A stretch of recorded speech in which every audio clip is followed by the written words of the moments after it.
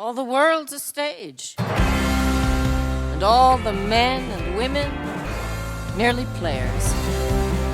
I loved working on this project. I mean, who says no to the 80s? Like, it's brilliant. It's brilliant, and it's so awful. Like, I feel the fashion is so painful sometimes. I've said to the actors, I feel like my opening night card has to be a giant apology. We had a moment in a fitting where someone said, are the shoulder pads too big? And I don't understand the question. How can they possibly be too big? And fair round belly with good capon lined, with eyes severe, and beard of formal cut, full of wise saws and modern instances. And so he plays his part.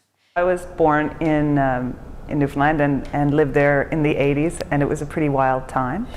It seemed wild to me at the time. Anyway, I'm sure I was deeply in love several times in the 80s, so it seemed like probably a good fit for me. I was a childhood rock-on in Oshawa, Ontario, so there's a lot of this that is not work at all and required no research whatsoever. Mm-hmm. I own a Gibson SG, just like Angus Young from AC/DC, and I can play House Bells and most of Guns N' Roses. And Stairway to Heaven. I'm a totally white trashy kid, and so most of this, other than the accent, felt like home.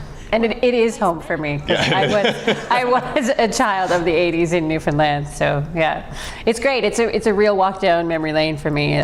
My synapses have been firing and remembering things I had totally forgotten about from my childhood, which is great.